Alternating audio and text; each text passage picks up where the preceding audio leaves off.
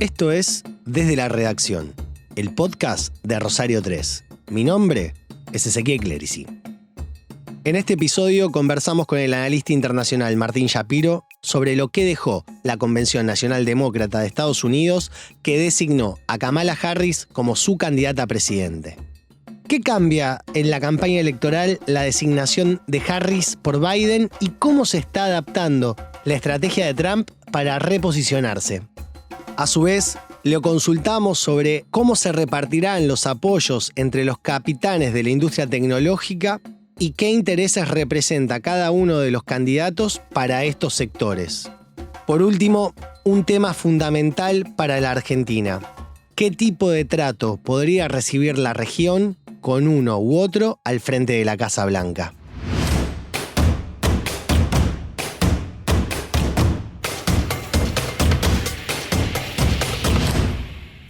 Martín, estamos en el escenario de que Kamala Harris fue designada como candidata a presidenta por el Partido Demócrata, pero antes de meternos en la cuestión de lo que va a implicar la carrera presidencial de cara a noviembre, me gustaría que, para aquellos que no estamos tampoco tan en tema, expliques o des tu mirada de qué son las convenciones nacionales de los dos partidos, que son el republicano y el demócrata, en Estados Unidos. ¿Qué significan? ¿Qué relevancia tienen?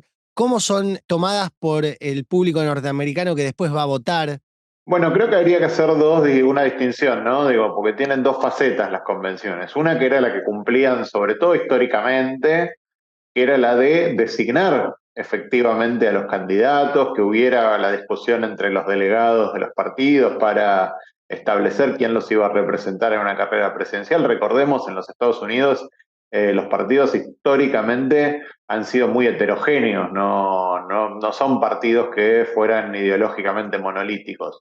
Hoy creo que eso ha cambiado bastante y el demócrata más conservador está más cerca de un demócrata mediano y el republicano más progresista, más liberal, está tal vez a la misma distancia del demócrata más conservador que de un republicano estándar, ¿no? Eso no era históricamente así y había muchísimo cruce entre las ideas de los partidos, con lo cual la convención y el modo en el cual se designaban los candidatos dentro de esa convención importaba muchísimo también para la orientación de esa candidatura. Por otro lado, no estaba claro el tema del voto popular en primarias, que es el equivalente de ellos a la interna, como lo está ahora. Entonces diría que esta función que tienen las convenciones de consagrar a los candidatos técnicamente es una función que se ha debilitado, incluso con Kamala Harris, que no tuvo una primaria, sino que apareció en reemplazo de Biden. Los delegados ya habían establecido que la iban a votar, ya había obtenido el respaldo de la maquinaria partidaria, entonces lo que sucede en la convención en algún punto es aceptación de candidatura, es una formalidad, pero no es más un lugar donde las candidaturas se diriman. No ha sido siempre cierto, pero es cierto por lo menos en las últimas décadas de los Estados Unidos. Entonces tienen esta función que es una función formal, una función solamente ceremonial, y después tiene una función importante que es mostrarle el partido, la orientación del partido, la narrativa, dice Ezra Klein, que es un periodista estadounidense que a mí me gusta mucho, que tienen para mostrarle a los estadounidenses, porque son varios días en los cuales la atención está enfocada en el partido que realiza la convención. Agrego ahí un datito que sería, van del día lunes, en este caso fue, al día jueves. Son 4 días. Sí, 3 o 4 días, por eso es bastante tiempo en el cual también vemos quién habla, quién no habla, cuál es el mensaje. Es tener un buen tiempo para hablarle a la sociedad estadounidense cerca de las elecciones. Me parece que cuál va a ser la orientación del partido, cuáles son las salas mayoritarias, minoritarias, es algo que se puede mostrar en la convención con alguna claridad. Por ejemplo, la convención del 2020, que se hizo de manera virtual por la situación del COVID, del Partido Demócrata, y la del 2024, si uno ve el tono vinculado a la cuestión patriótica, vinculado a la cuestión del rol de la policía, vinculado a la frontera, vamos a ver que hay muchísima diferencia en estos 4 años respecto bueno, que en el transcurso de estos 4 años, que el Partido Demócrata está mucho más cerca de posiciones más conservadoras en algunos temas de seguridad, en algunos temas de frontera, de lo que estaba en el año 2020. Entonces vemos el cambio. En el Partido Republicano eso se va a notar menos porque desde 2016 el partido ha sido progresivamente el partido de Donald Trump. En todo caso, lo único que vemos ahora es que eso se ha consolidado de una manera que tal vez no era esperable cuando vimos la toma del Capitolio. Ahí hubo, como por parte de Trump, un corrimiento del eje de lo que era tolerable de derecha para toda la sociedad norteamericana. Esto que vos decís de cómo fue mutando el discurso de los demócratas, sobre todo en esta convención demócrata, yo la estuve siguiendo justamente para poder conversar con vos con un poco de margen. Me llamó mucho la atención esta cuestión de sostener la cuestión multicultural. Hay ahí una definición, me pareció muy potente por parte de los demócratas de identidad, ¿no? ¿Cómo pensás que va a ser ese mix entre control de la frontera, pero tener una mirada abierta a las minorías, a la inclusión? Porque lo que yo entendía de la convención es como que había una necesidad de abarcar todos los temas. Bueno, las convenciones tienen eso, pero vemos que las prioridades, por ejemplo, están en cuestiones económicas, están sí en dar una narrativa, quizás a reasegurar a los estadounidenses que no va a haber una situación, entre comillas, anárquica en la frontera, etcétera, pero claramente no es el tema con el que los demócratas se sienten cómodos, el de la frontera. Digo, la frontera es tema de los republicanos, tal vez es dar un reaseguro, pero los demócratas son el partido del derecho a decidir, el partido de los sindicatos, eso es algo que no era tan obvio ni tan claro en otras convenciones, hablando de transformaciones que aparecen, hubo 4 representantes sindicales hablando en la convención demócrata, especialmente el presidente de la United Auto Workers, que es el equivalente al ESMATA argentino, eh, tuvo un lugar muy, muy destacado. Me parece que no es un tema la frontera, no son esos temas los más cómodos para los demócratas. Ahora, me parece que hay algo interesante también. Plantear como una contradicción asegurar la frontera y una narrativa multicultural de los Estados Unidos, me parece que era algo que aparecía en 2020 como algo claro, en un momento en el cual la mayoría de los estadounidenses creían, de acuerdo a las encuestas, que tenía que haber incluso más o la misma inmigración durante el tiempo de Trump. Hoy eso no es así, y no es así no por los blancos de la ruralidad en Heartland, corazón de los Estados Unidos. Las localidades de frontera, donde mucha de la población es latina, de segunda, tercera, cuarta generación, algunos, por ejemplo, en Texas son hispanohablantes de 200 años en el país, eh, lo cierto es que no son tan pro migración, sobre todo migración en infracción, ¿no? No me gusta decir gente que pasa de manera clandestina a la frontera y no tienen una mirada especialmente contemplativa con eso. Es un sector de la población de origen migrante el que es contemplativo con los migrantes irregulares, pero no es la mayoría tampoco de la población que es de pronto segunda generación de estadounidenses la que quiere protecciones bastante más, protecciones más laxas. La mayoría de los estadounidenses quieren protecciones más estrictas y eso incluye a mucha gente que tiene apellidos hispanos. Y en esa contradicción, de hecho, el otro día lo escuchaba, yo honestamente no he seguido las posiciones, pero me parece razonable. El gran referente de los trabajadores agrícolas, César Chávez, uno de los héroes sindicales estadounidenses, no tenía una posición amigable con la migración ilegal porque decía que eran competencia en este trabajo de recolección bueno, nada, que hacen históricamente muchísimos inmigrantes irregulares. Sí, como si fuera una asimilación fuerte del propio discurso del norteamericano promedio, blanco, descendiente anglosajón.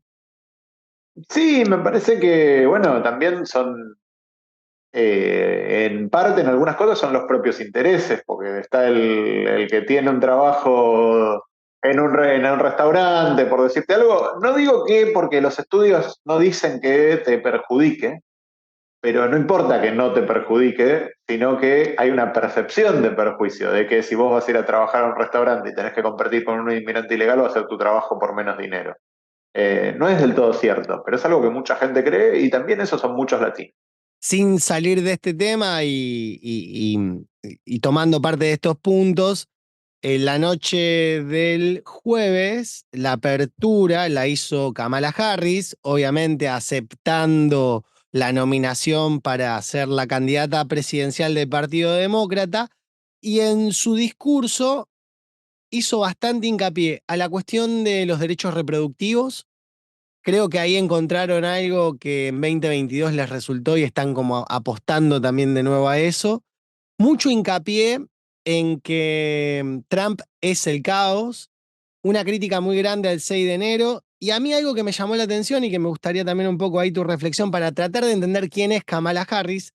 Ella se definió frente al público como una persona que siempre defendió al pueblo por su rol de fiscal de distrito dentro de California.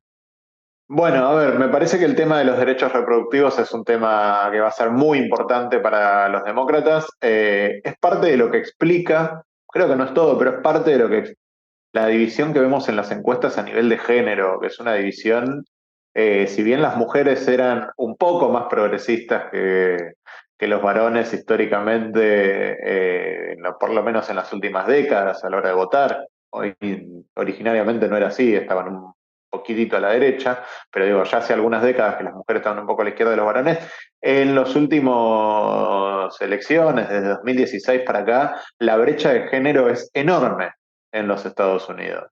La brecha de género es cosa de más de 10 puntos. La misma demografía, las mujeres están 10 puntos a la izquierda de los varones. Uno de los temas que me parece que pesa ahí es el de los derechos reproductivos, sin lugar a dudas.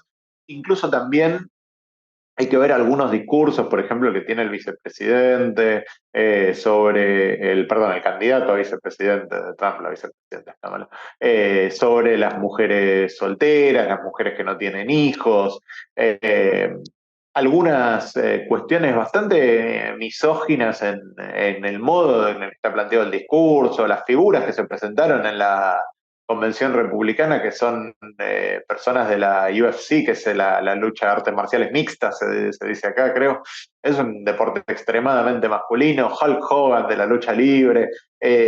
Hay una narrativa que claramente no está enfocada, por lo menos centralmente, en las mujeres hoy en el Partido Republicano, y me parece que pasa lo mismo de una manera más sofisticada y por lo tanto menos autoconsciente a veces, lo cual es más peligroso por parte de los demócratas respecto de los varones, ¿no? La idea esta de el futuro es mujer y, bueno, eh, el apoyo sin reservas que tuvo el movimiento Me Too, que son cosas que a mí me pueden gustar, por supuesto, pero que también alienan a un cierto sector de los votantes varones. Entonces, hay una brecha de género muy importante. En el marco de esa brecha de género, los derechos reproductivos van a ser algo central y los derechos reproductivos vienen no solo en 2022, sino en todas las elecciones que hubo algún tipo de plebiscito se vienen imponiendo, no importa lo conservador que sea el Estado, de pronto lo que se pregunta a veces es muchísimo más progresista, no sé, en Massachusetts que en Kentucky. Ahora, cuando fueron a Kentucky, los derechos reproductivos, con, no sé, una idea de restringirlos en mayor medida, esa proposición fue derrotada. Cuando iban en Massachusetts con la idea de ponerlo en la Constitución, esa provisión triunfaba. Entonces, hay claramente algo que ya está testeado en la opinión pública y donde la opinión pública tiene una posición claramente diferente a la del Partido Republicano.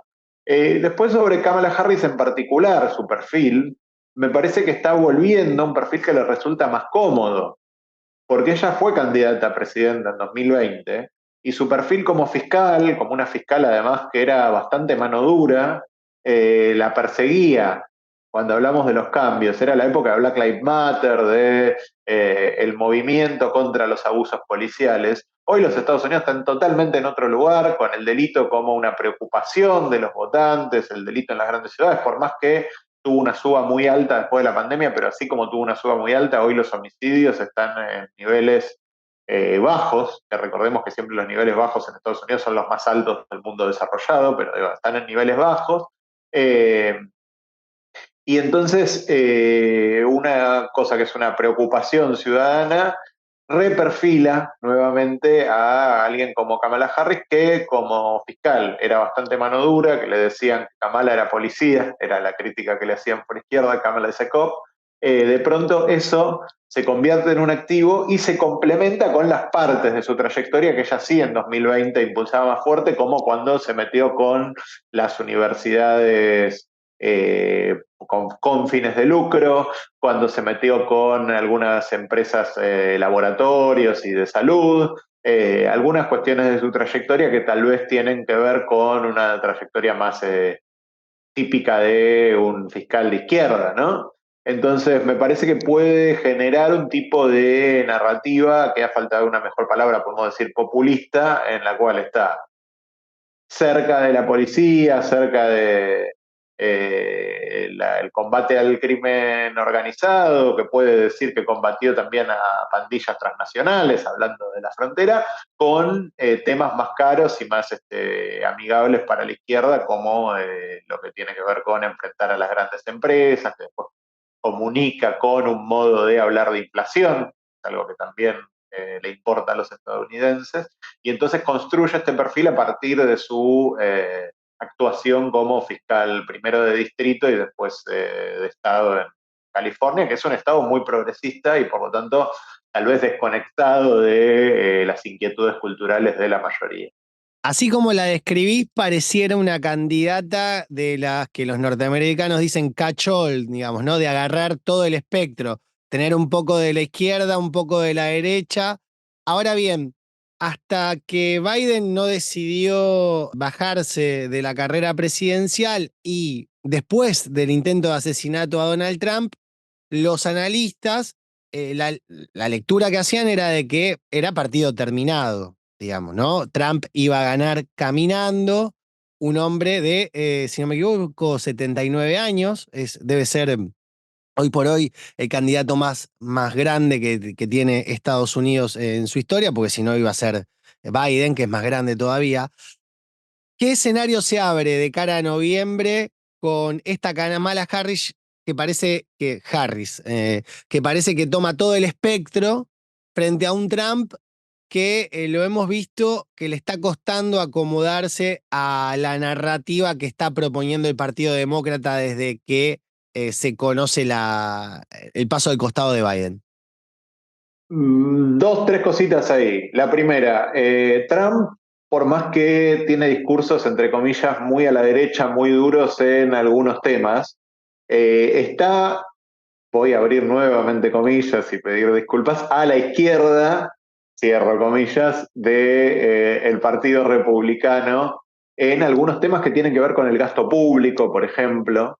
Es innovador en otros temas que tienen que ver con la intervención, por ejemplo, en el extranjero, de la cual es mucho más escéptico que los halcones tradicionales republicanos. Con lo cual, me parece interesante decir que Trump no es un candidato extremo en muchos sentidos, pero también es un candidato, entre comillas, moderado en muchos otros. Quiero decir, en términos de los recortes de la seguridad social, Donald Trump está mucho más en línea con la mayoría de los estadounidenses de lo que ha estado cualquier otro candidato republicano que se preocupa por el déficit. A Trump el déficit le importa nada. Entonces, hay que tener cuidado a veces cuando uno mira el panorama y escucha sobre temas que de pronto nos interesan a argentinos y argentinas, confundir que algunas posturas extremas de Trump se complementan con otras que son más en línea con lo que decían las mayorías y que pues, serían consideradas moderadas dentro de el partido que él integra y que ahora hace tiempo dirige indisputadamente. Hecho esta aclaración al margen, que me parece importante, diría que la campaña de Trump estaba muy diseñada para batir y destruir a Joseph Biden, que tenía algunas percepciones públicas de ser una persona demasiado vieja para ocupar 4 años más la presidencia. Me parece que lo del debate en ese sentido fue claro. Me parece de todas maneras que ha sido un presidente efectivo, no fue un mal presidente en términos de la gestión, no le pesó hasta ahora, pero asumir que tiene 4 años más haciendo lo mismo que ahora es complejo y además no era un presidente popular.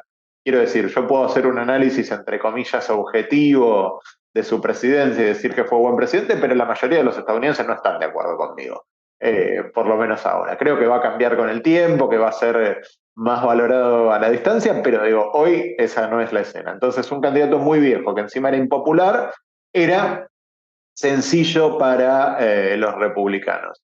¿Qué pasó con Kamala Harris? Bueno, por empezar, entusiasmó a su propia base, una base que estaba desanimada, desmoralizada, mucha gente que de pronto no querían ir a votar, hoy está diciendo que va a ir. Hoy hay un entusiasmo marcadamente superior entre los votantes demócratas que había antes, y de hecho es lo que me hace pensar, por lo menos a mí, que hay una posibilidad de que lo que estamos viendo ahora con Kamala como una leve favorita en las encuestas tenga un poco de impulso, que sea algo que todavía tiene algún margen para desinflarse un poco. No creo que la campaña de Kamala siga creciendo al ritmo que ha crecido en estas primeras semanas y en todo caso me parece que va a volver a emparejarse con un leve favoritismo para Trump la elección. De todas maneras, esto es especulación. Lo que sí es claro hoy es que es una elección pareja. Estamos yendo a una elección pareja, una elección que está a grandes rasgos 50 y 50 en la cual de pronto Kamala aparece con una leve ventaja, pero es una ventaja que no es tan clara en los estados claves por el sistema estadounidense, en el cual no hay una elección en realidad, sino que son 50 elecciones en 50 estados distintas. Eh, y digo, parte de esa ventaja que hoy tiene se evapora y de vuelta, yo no sé cuánto de esa ventaja no es un rebote de la diferencia de entusiasmo entre una campaña que está transcurriendo por los carriles que ya venía transcurriendo y una campaña que se renovó completamente y por lo tanto tiene un impulso de eso que con los meses se va a normalizar. Porque yo pienso, hay ataques a Kamala Harris como una progre de California que todavía no entraron, entró el entusiasmo. Me parece que ese tipo de escrutinio va a pesar en estos meses de campaña y que Trump va a encontrar un tono. Trump tiene un montón de vulnerabilidades, un montón de debilidades que en un debate con una persona que esté en mejores condiciones de enfrentarlo que Biden probablemente hubieran aparecido. Digo, yo escucho el debate, digo, las cosas que dijo Trump y eso solo pasó porque Biden no le podía marcar en las cosas que le estaba diciendo, que tiene muchas debilidades. Ahora, no veo que eso genere una obviedad que es ahora va a perder, de ninguna manera. Creo que está parejo. Martín, los debates norteamericanos realmente tienen una importancia decisiva para el electorado, recordando sobre todo que no vota todo el mundo como en el sistema de nuestro país, sino que votan aquellos que están registrados. Eh, sí, son importantes, sobre todo en estos tiempos de polarización brutal en la cual es muy difícil ganar por muchísima diferencia. El tipo de victoria que tuvo, no sé, Ronald Reagan en el 84 no es algo que se va a repetir. Diría que la victoria de Barack Obama del 2008 difícilmente se repita. Me cuesta pensar que vaya a repetirse una victoria como la de Obama en 2008, eh, por la propia configuración del sistema, por el modo en el cual los estados, cada uno con sus particularidades, han ido girando más decididamente hacia la derecha o hacia la izquierda y por el cual las cuestiones nacionales y las cuestiones locales que antes estaban un poco desenganchadas y entonces tenías un senador demócrata en un estado que votaba republicano por 20 puntos a nivel presidencial, eso hoy no existe más.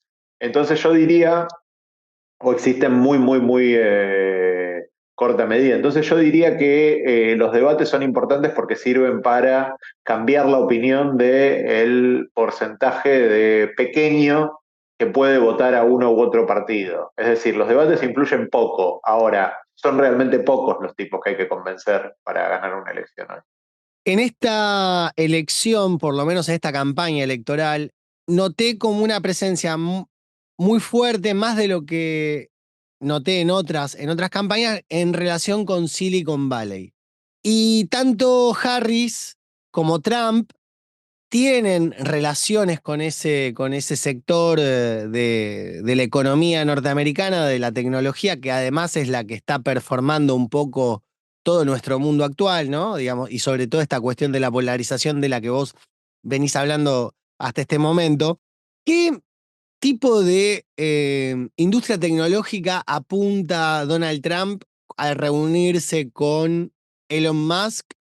¿Y cuál es la de Harris que pareciera estar mirando más hacia el sector californiano de Silicon Valley? Porque viste que hay como dos polos, ¿no? El polo texano que representa a Elon Musk con una lógica más antiliberal y el de Silicon Valley que pareciera más cercano a una visión liberal, aunque lo podríamos poner en duda. Pero digo, ¿qué percibís de cada uno de los candidatos con estos sectores? ¿Qué está pasando ahí?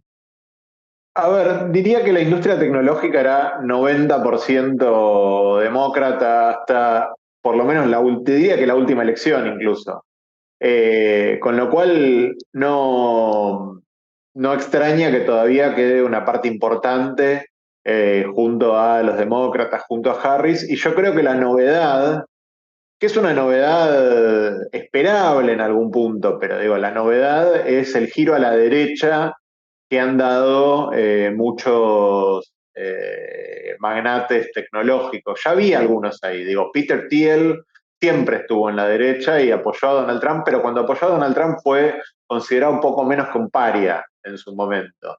Y hoy hay muchos, digo, el más representativo es más, pero hay muchos que aparecen como cercanos a los republicanos. Mark Andreessen, que es el fundador de Netscape y probablemente el inversor de riesgo más interesante que tiene Silicon Valley, hoy está en esa posición. David Sachs, bueno, son realmente muchos, y eso no era así hace algunos años. Y me parece que este giro a la derecha tiene algunas cuestiones. La primera, los demócratas se volcaron hacia el poder entre comillas, monopólico de las empresas de Silicon Valley, que muchas tienen modelos de negocios en los cuales, por lo menos en algún momento, tener un monopolio es parte de la narrativa de rentabilidad.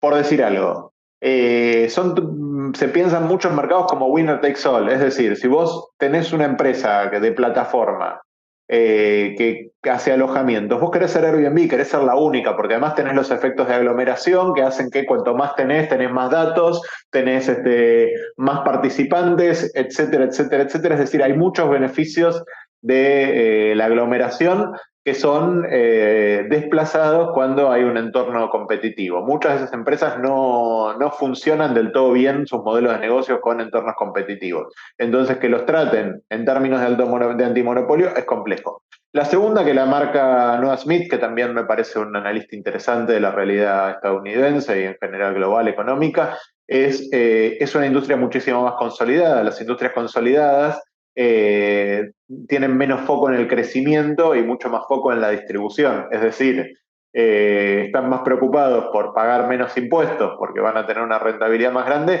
que por crecer y conquistar nuevos mercados que ya están, entre comillas, ocupados. Digo, las grandes empresas tecnológicas hoy tienen mercados consolidados, no tienen márgenes de crecimiento que voy a tener, no sé, Facebook tiene 2.000 millones de usuarios, va a punta a llegar a los 3.000.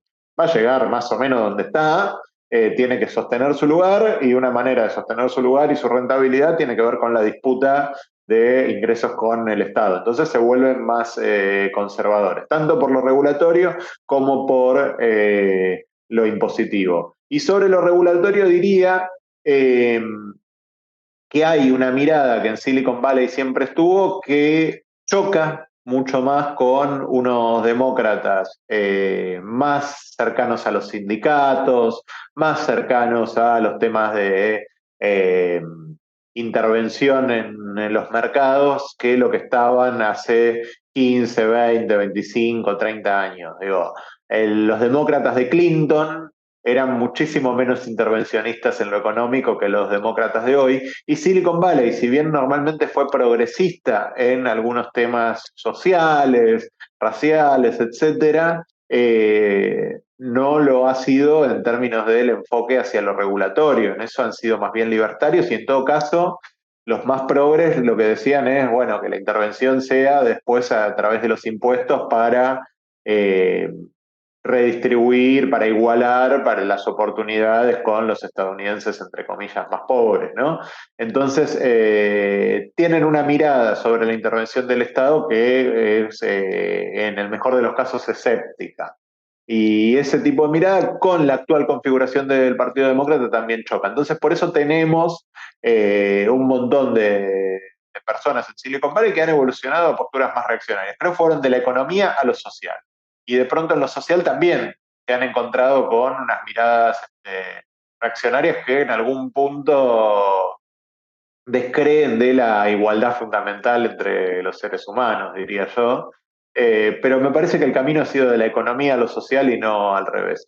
De todas maneras, tanto la posición migratoria de Donald Trump, la posición sobre el comercio, son posiciones que para este sector son revulsivas, entonces hay muchísima gente que sigue del lado de los demócratas, que a fin de cuentas tampoco se han convertido en un partido socialista, ni mucho menos, ¿no? Entonces, de ahí la división. ¿Ves la posibilidad de que Lina Khan, que está en la Comisión Federal de Comercio y que es la que ha logrado este fallo histórico contra Google para, digamos, desmonopolizarlo, pueda seguir en su cargo si inclusive Kamala Harris ganase la presidencia? Yo veo presiones para que no siga, y creo que Kamala es relativamente permeable a eso, viene de California. Hay que decir una cosa interesante, J.D. Vance, el candidato a vicepresidente de Trump, ha elogiado repetidamente a Lina Khan y su aproximación por lo menos a las grandes empresas tecnológicas. Así que eso también es una señal de lo compleja que a veces es la política que uno simplifica. J.D. Vance tiene sobre los negocios, me parece una visión mucho más elaborada que la de Trump en términos de su propio populismo económico. Pareciera que le aporte una frescura que realmente le venía faltando. Y por eso mismo me interesa que profundices un poco más en quién es J.D. Vance, que va a ser el candidato a vicepresidente de Trump. A ver, diría Vance le aporta una cosa interesante que no termino de darme cuenta, creo que con el tiempo lo veremos, cuánto le suma y cuánto no le suma, porque le tiene una consistencia ideológica, narrativa, que Trump no tiene. Entonces, algunos de los aspectos más revulsivos de la narrativa trumpista, donde es visto como más extremo, con Trump podías no tomarlo en serio. Si vos sos un votante, decís, bueno, Trump no va a hacer esto. Después te pasa lo que pasó con el aborto, pero digo, podías no tomarlo en serio, podías decir que es un poco un cínico, ¿no? Y decirlo de J.D. Vance es mucho más complejo, porque si bien yo puedo decirte que era un antitrumpista furibundo en 2019, que habla de las élites y él mismo es un producto de Yale, Apadrinado pero por lo Peter cierto es Thiel, digamos. Es un. claro, exactamente. Pero no deja de ser una persona con una visión teórica elaborada, con una narrativa elaborada, con antecedentes cuando no se jugaba demasiado de decir algunas de las cosas que los elementos, si se quiere, más duros del trampismo decían, pero no él. Entonces, le aporta también a Trump que se toma en serio lo que dice. Y yo no sé si eso lo beneficia o no. Dicho esto, sobre el perfil me parece un perfil bien interesante porque él es una persona que viene de una clase trabajadora, blanca, semi-rural, lo que se llama los hillbillies. Aprovecho, recomiendo, está la película en Netflix que ahí se basa en su propio libro autobiográfico que es Elegía Hillbilly, Hillbilly Elegy. Veanla, la película está buena, está bien actuada, bien dirigida, así que es entretenida, no les estoy recomendando un embole, te cuenta este origen, que es un origen que el de los Estados Unidos es uno de los sectores que ha perdido más oportunidades. Digo, cuando uno piensa en quiénes ganaron y quiénes perdieron con la inserción de los Estados Unidos en la globalización, él viene del sector que probablemente más perdió. El que perdió también la guerra de secesión, ¿no? Digamos, desde ahí viene perdiendo ese sur. Sí, él igual no viene del sur, él viene de la Palaquia, de ser Pensilvania, pero sí, también. Hay una ruralidad blanca que está en retirada en muchos sectores y culturalmente está mucho más cerca del sur que de otro lugar. Él viene del medio oeste, que era una zona fabril, donde las oportunidades, digamos, para los que no tenían empleos universitarios tenían que ver con la producción, desde el carbón hasta las grandes fábricas, y que eso fue reemplazado en gran medida por China. Y más allá de eso, es el sector más afectado por la epidemia de opioides, que es algo que muchos estadounidenses se han hecho adictos a este tipo de drogas que son legales, el Oxycontin, que son parecidas a la heroína en sus efectos, pero que se vendían en Hay farmacias. una serie, Una ¿no? epidemia muy dura. Sí, Painkiller Toxic, también en me Netflix. parece. Sí, vean la película de Vance, la serie Painkiller no la recomiendo tanto, pero si se quieren meter en ese tema también vale. Los excesos de la industria farmacéutica están muy bien retratados ahí. Eh, pero bueno, es un sector, digamos esto, que ha sido perdedor de la creciente educación formal de los estadounidenses, de la desaparición del empleo fabril, de el desplazamiento hacia China, del desplazamiento hacia las costas también de la prosperidad económica y también una cuestión cultural. Son mucho más conservadores en lo cultural en estos lugares. Y bueno, él viene de ese mundo, pero de ese mundo llegó a la Universidad de Yale y después a Silicon Valley. Entonces es un personaje extraño que tiene muchas lecturas, algunas de esas lecturas son bastante oscuras, como filósofos de derecha antiliberal en el sentido de la democracia liberal republicana, como Curtis Yarvin, lecturas muy de nicho, y de pronto es candidato a la vicepresidencia. Entonces, es un personaje interesante por su historia, interesante por a quién quiere representar y también interesante por lo que dice, lo que lee, que lo ha dicho de forma muy desinhibida. Entonces, de pronto hace declaraciones como que los Estados Unidos están gobernados por minitas solteras con gatos Sí, eso es e muy hijos. de Curtis Yarvin, ¿no? Digamos, esa lectura de esa decadencia norteamericana. Recién con lo que decías, otra recomendación ahí que podemos hacer al público es Southern Comfort de Walter Hill, que es una película que también habla de ese mundo de la Apalachia, medio cruza entre franceses y norteamericanos. Para ir cerrando, Martín, y abusando ya de tu tiempo y dándote las gracias por eso, me gustaría que entremos en el capítulo de política exterior. ¿Qué pensás que puede cambiar con uno o con otro en la Casa Blanca? Digamos, con Trump presidente o con Harris presidente. A ver, creo que en el caso de que Harris sea electa, lo que podemos esperar en gran medida es continuidad. Eh, Israel, Ucrania, eso. sí, sí, pero no solo, digo, más allá de que probablemente sea más dura con Israel de lo que ha sido Joseph Biden, creo que eso está ya claro que las grandes líneas de política exterior de Biden probablemente continúen si Kamala es electa. Eh, Sí me parece interesante y es una fórmula presidencial que no tiene ninguno de los dos integrantes. Digo, Biden le aportaba a Obama un perfil en política exterior, después Biden lo tenía él mismo. Aquí ninguno de los dos integrantes tiene una gran experiencia en esa área. Diría que en eso vamos a encontrar más continuidad porque no tiene mucho a dónde ir que no sea el establishment demócrata para esa formulación. Y no es solo en los temas que hoy están candentes, sino la formulación sobre la OTAN, la estrategia hacia Asia de contención de China. Yo creo que todas esas cuestiones tenemos para esperar continuidad. Me parece más complejo adivinar cuál va a ser la postura de Donald Trump si es electo. Digo, Trump tiene algunos impulsos aislacionistas que tiene también su compañero de fórmula, que son muchísimo menos tolerantes con la posición europea en la OTAN, donde Europa ahora gasta bastante más, pero gastaba históricamente mucho menos que el compromiso del 2% en su defensa. Entonces tiene una postura muchísimo más dedicada a que Europa financie su propia defensa y por lo tanto muchísimo más escéptica de la asistencia a Ucrania. Creo que ese es uno de los grandes temas donde podría haber cambio en la política hacia Ucrania.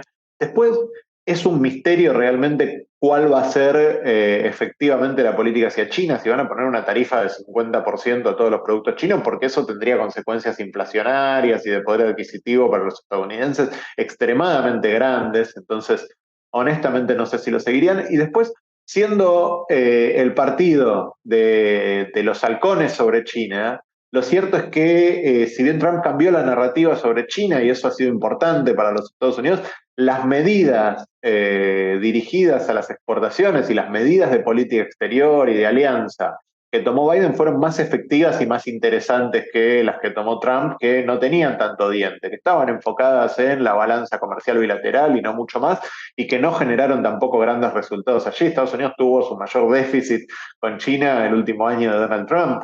Entonces, me parece que cuál va a ser la política, si va a ser una política durísima como se insinúa en términos económicos, y cuál va a ser la política de alianzas, donde los Estados Unidos son totalmente reticentes los republicanos a poner más recursos, esta versión de los republicanos en los aliados como Japón, como Corea, como India, que es lo necesario para hacer algún tipo de contención viable a China.